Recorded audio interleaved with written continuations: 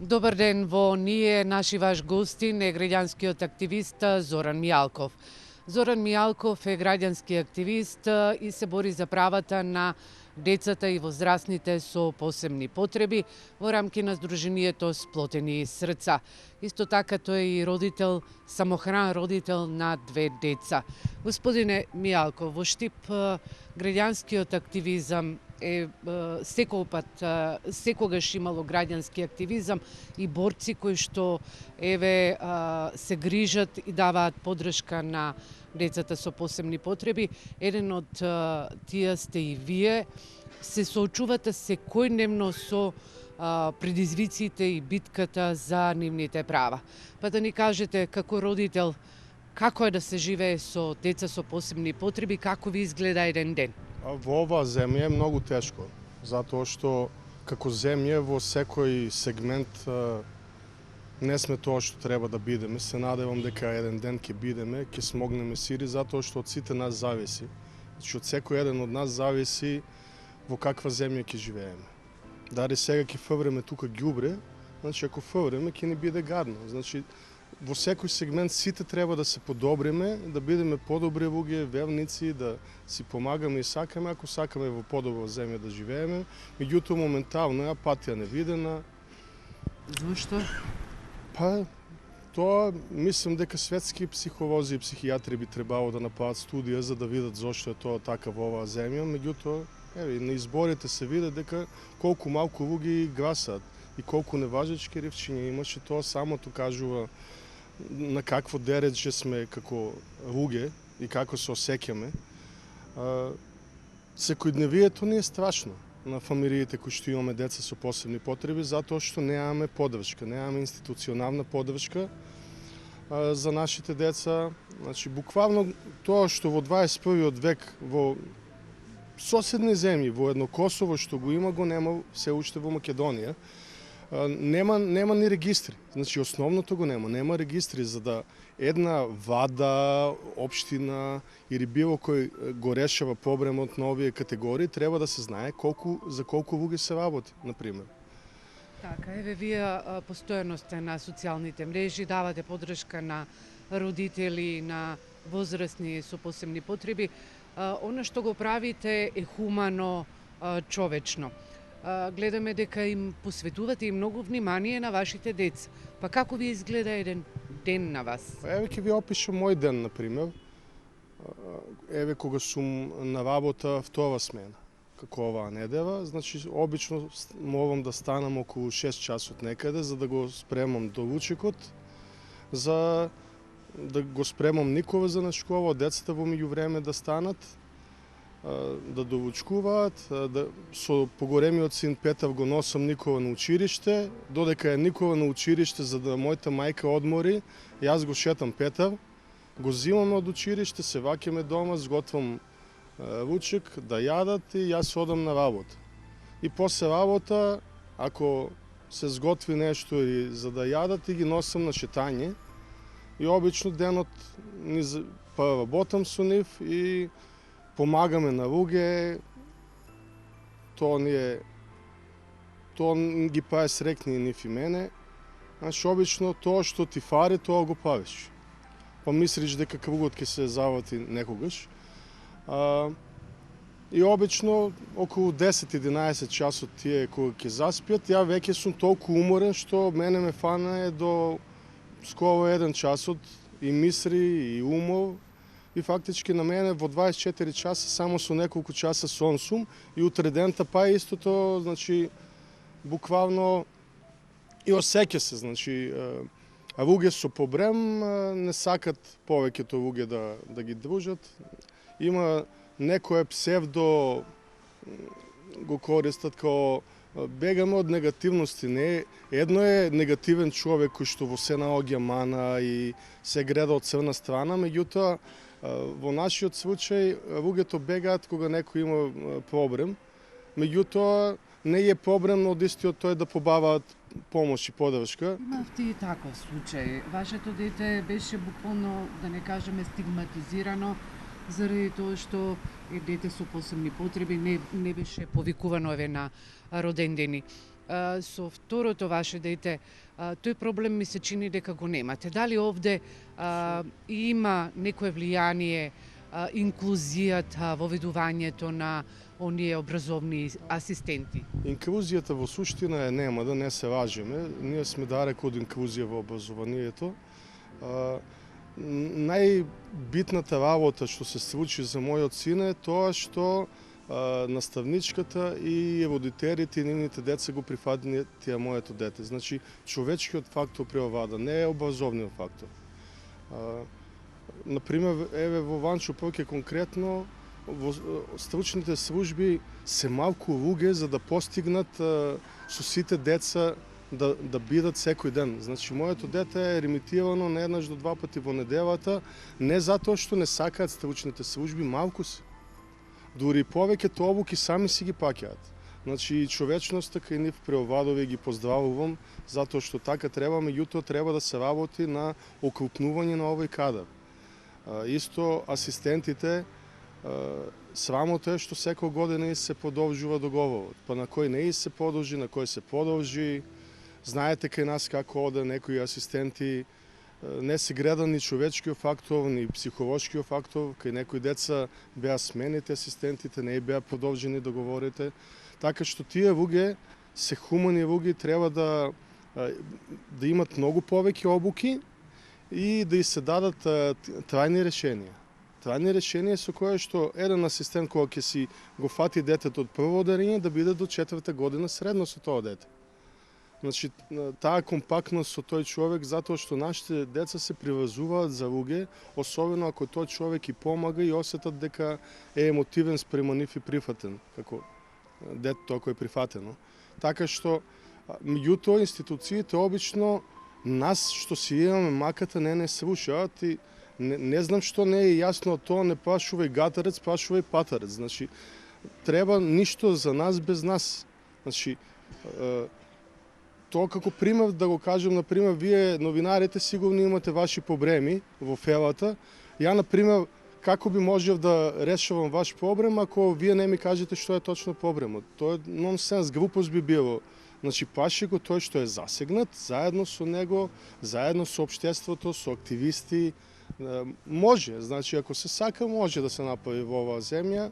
Се надевам, надежта посредна умира, меѓутоа, на новите генерации, фамилии и родители на деца со посебни потреби, мојот совет сега за сега им е во стартот доколку можат да се иселат во нормална земја, затоа што тука раната детекција, раната интервенција изостанува, еве и за возрастните деца веќе нема што да се прави.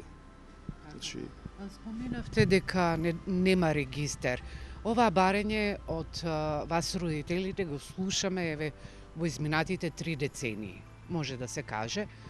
Зошто досега не е направен тој регистер и што еве тој регистер ќе придонесе? Тој регистер како прво ќе придонесе со тоа што Европската унија ќе ги седне нашите челници и ќе каже имате 60.000 деца со посебни потреби, ако сакате во Европската унија, доколку нема услови за овие деца, нема да влезете во Европската унија. Значи, бојката е огромна и затоа до сега сите што се во ДР не сакаат таа бојка да е јавна, затоа што во тој случај ќе има горен притисок и до влада, и до министри, и до сите. Вака, многу од родителите, особено поимотните, се кријат, ги кријат децата. Значи, има родители кои што паднат психички, нема, значи, психолошка поддршка нема, што е најважна. Значи, најбитно нешто кога ќе ти воспостават диагноза на дете е да ти дадат поддршка на тебе како родител, затоа што ти преку ноќ мора да сватиш дека ти веќе нема да бидеш обичен родител. Значи, ти не проблемите на другите родители, ти треба да бидеш, значи, магионичар некој пат. Значи, 48 часа некој пат мора 24 часа ден да ти трае. Еве преку вас да прикажеме каква е ситуацијата и со какви проблеми се соочуваат родителите. Вие сте вработен, меѓутоа работите скратено работно време, родител сте на 2 дечиња, имате и мајка. таа ви помага, меѓутоа веќе возрастна, старе и има здравствени проблеми. Како сето тоа го менаџирате и каква помош ви е потребна? Буквално сум упрашен јас веќе за обстанокот на мене и на децата, буквално за општо за обстанокот, за сметки, за храна, за основните работи, затоа што еве јас државата ми даде да работам скратено работно време, меѓутоа бидејќи таа ограничива да надополнува скратено работно време само до посечната плата. А јас зимам над посечната плата. Значи, јас конкретно зимам помалку плата отколку што би работел полно работно време. А не од што не сакам да работам полно работно време, така што државата ми даде да работам скратено работно време, од друга страна ми намари многу од платата и тоа е голем удав за мене, например, лично. Мајка ми е 72 години, со болести, еве, например, вечер ќе морам, еве, пример, за да ја однесам утре мајка ми во Охрид, во Свети Еразмо за колковите да се види дали ќе остане во кревет, дали ќе се оперира, што ми е страшно, затоа што само за да одам и тие 4 часа на работа, мајка ми е со децата. И сега доаѓаме во ситуација, можеби мајка ми ќе биде неколку месеци во кревет. И јас буквално размислувам на кој начин ќе го изменаџирам тоа да не останам без работа и најверојатно, затоа што ова држава не ти дава можности, ќе морам да го искористам 3 месеца оправдано неплатено и тогаш ќе останам 3 месеца без плата и ќе морам да се грижам за мајка во кревет, што ќе мора да оди по физијатрија за моите 2 деца со посебни потреби, така што не знам, само Господ на помош да ни е. Многу од родителите така останаа и социјални случаи. Значи, преку ноќ, со умирањето на едниот родител или баба, дедо кои што се помагаре, родителите остануваат без работа затоа што нема каде да бидат згрижени децата додека ти си на работа. Еве, пред неколку години гласно говоревте, нели, за правата на децата, се отворија центри во Штип, центар за аутизам. Колку сте задоволни од работата на овие центри? Овие центри не ги задоволуваат основните работи што треба еден центар да ги задоволува. Значи, нема доволно кадар, не се доволно обучени, не е ни до нив, значи на погрешни места се ставени, значи буквално само како да се рече да се направи нешто. Не е работа само да направиш нешто. Значи не е работа сега колата ми пукнала гума, ја ставам резервната гума, ама само еден шрав ќе завртам.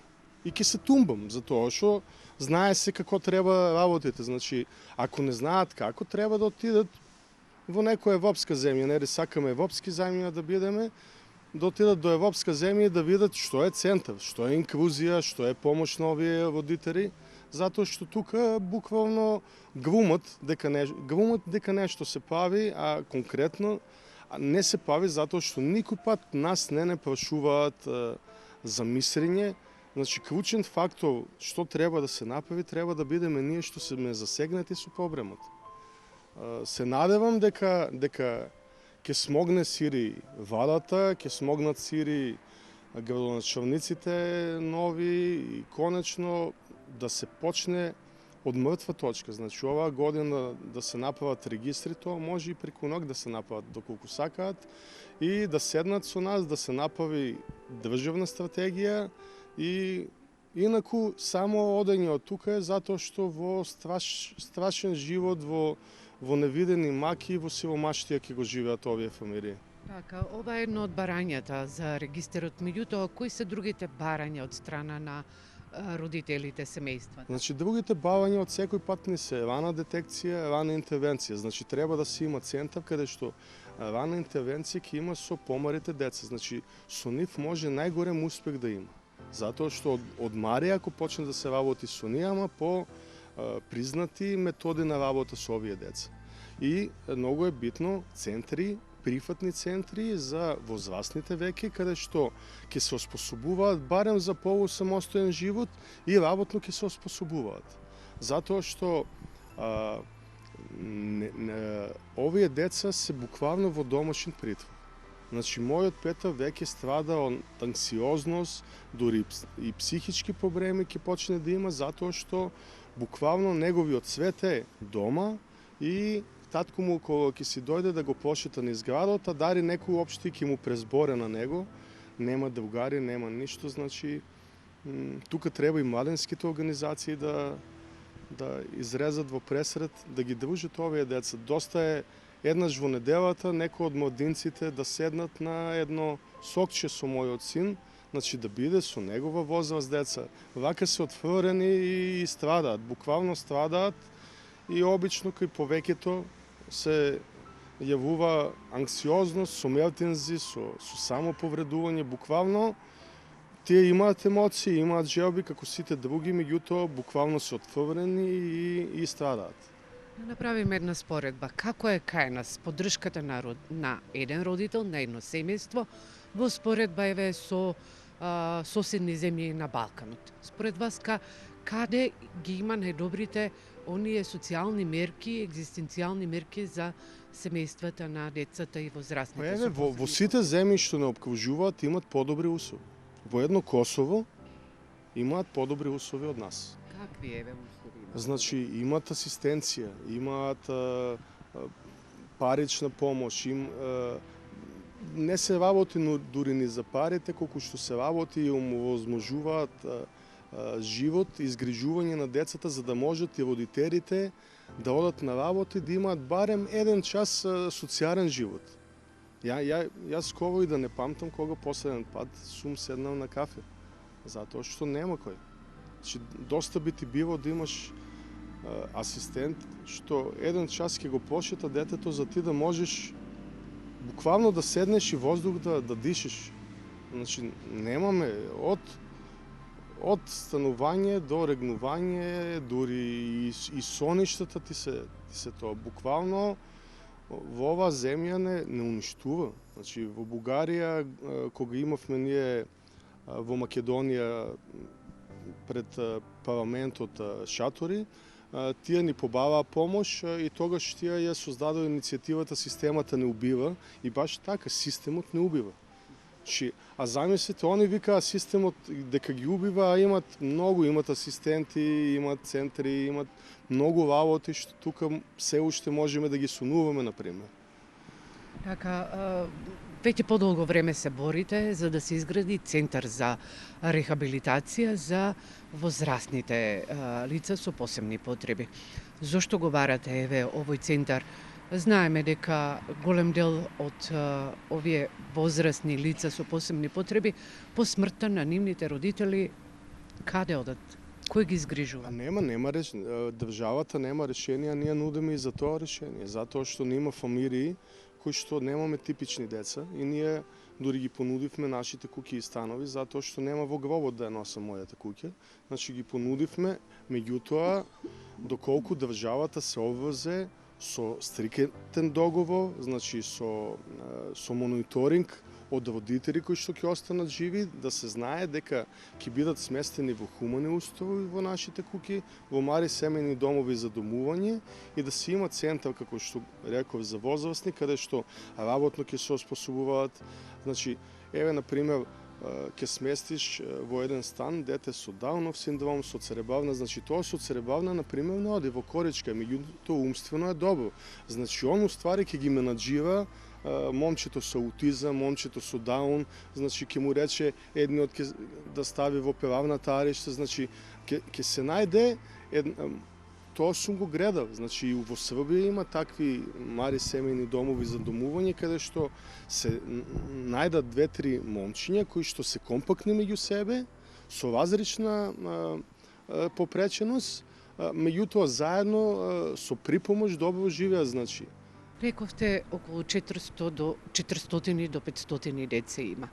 Тоа значи колку семејства во Штип го имаат овој проблем и се соочуваат? Во Штип реално над 1000 фамилии имаат деца и возрастни со посебни потреби. Меѓутоа дел од нив буквално ги кријат децата, затоа кажав 600.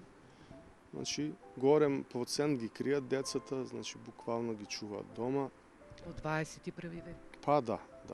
Да, затоа што се срамат, а и ги разбирам затоа што сум доживеал понижувања и навреди, што уште не во овој мој живот од други кои што буквално решиле да ти го направат полош животот да ти биде отколку секако имаш лош живот.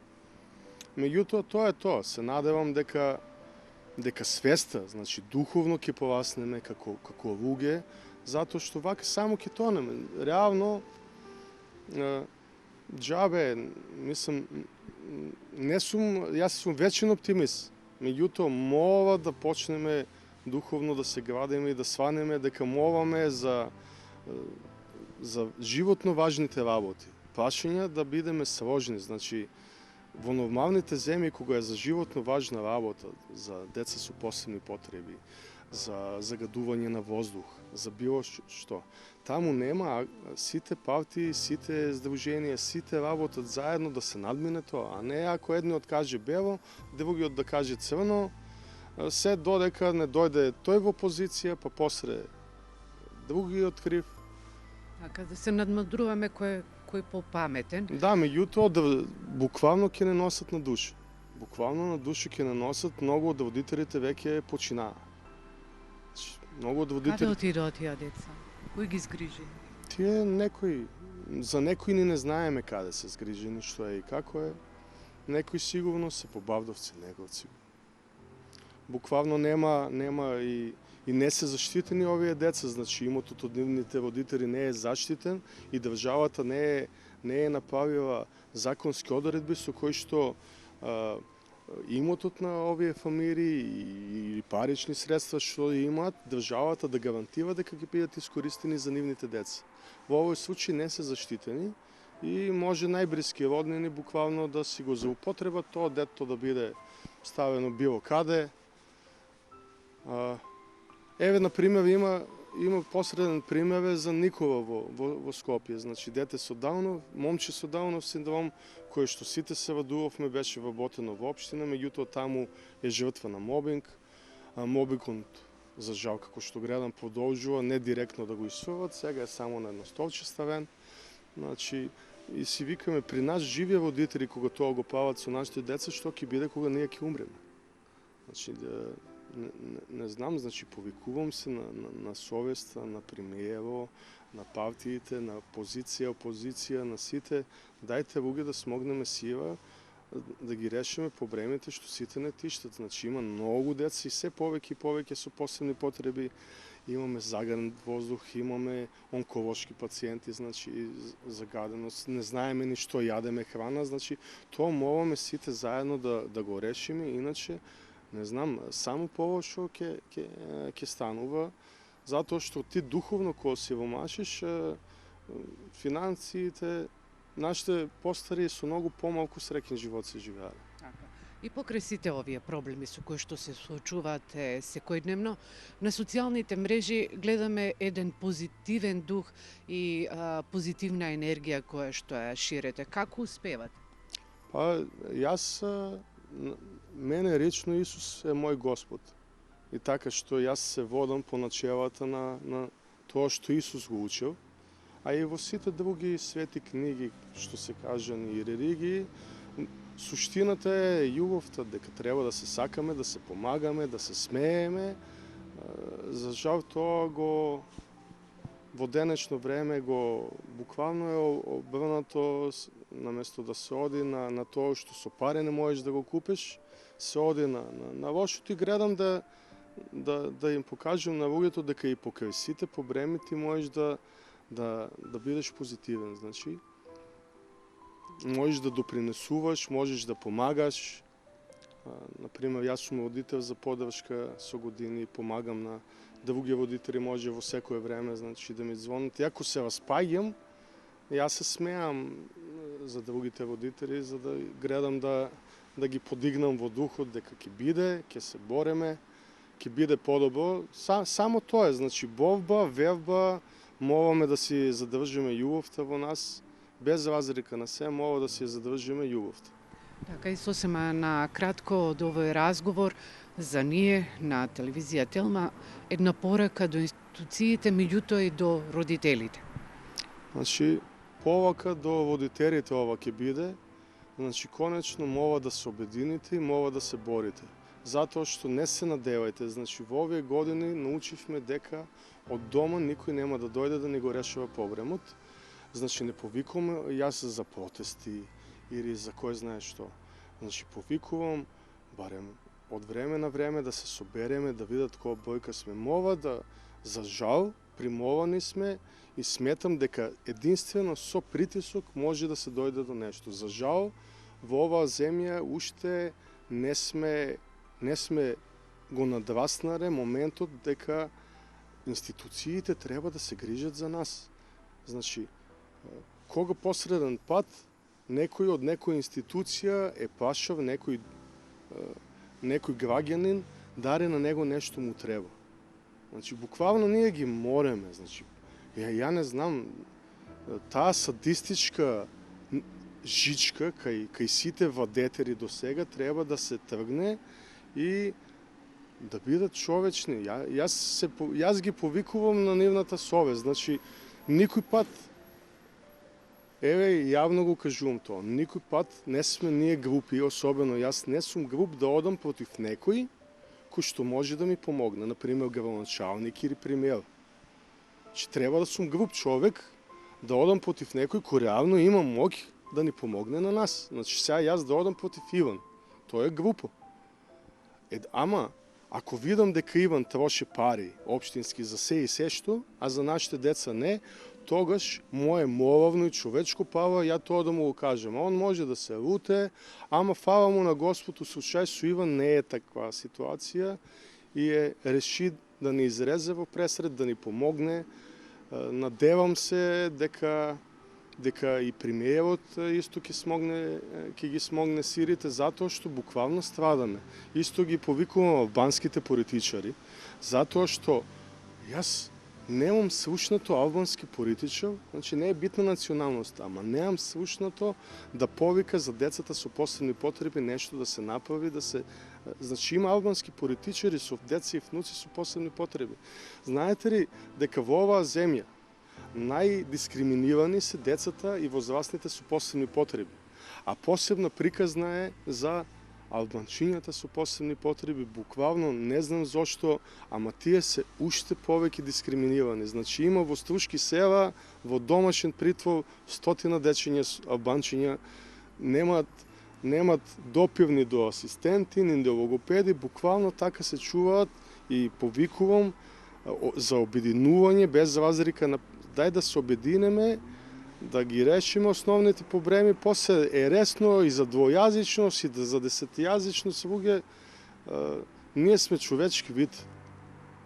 Значи, нациите, држави, се тоа некој го е измислил за одредени луѓе да не раководат другите, да се богатат. Не ми е јасна таа желба за богатство, ама богатството е во Господ и што ќе направиш во овој живот, тоа што ќе го дадеш, не го губиш само. И уште еден повик до премиерот, до градоначалниците, до опозицијата, до сите, до родителите, дај да се обединеме и можеме да направиме овде. Инаку, ако во скоро време не се случи, ги повикувам сите како знаат и умеат да си одат за да се спасат. Ви благодарам на разговорот. Фала и на вас. Почитувани во ние, наши ваш гостин беше Зоран Мијалков, граѓански активист и председател на Сдруженијето Сплотени срца и родител на деца со посебни потреби.